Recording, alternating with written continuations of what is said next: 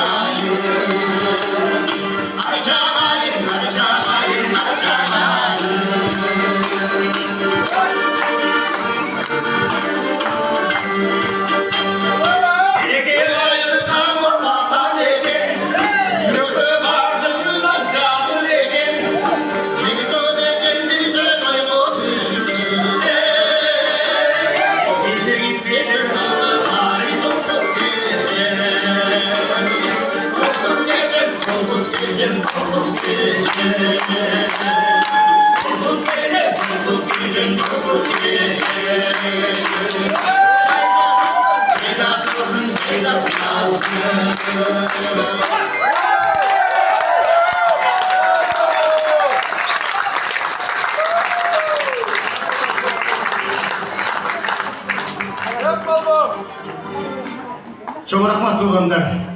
Çapqanlarga da, çapmaganlarga da tegiz bekim aytıp ketmedi.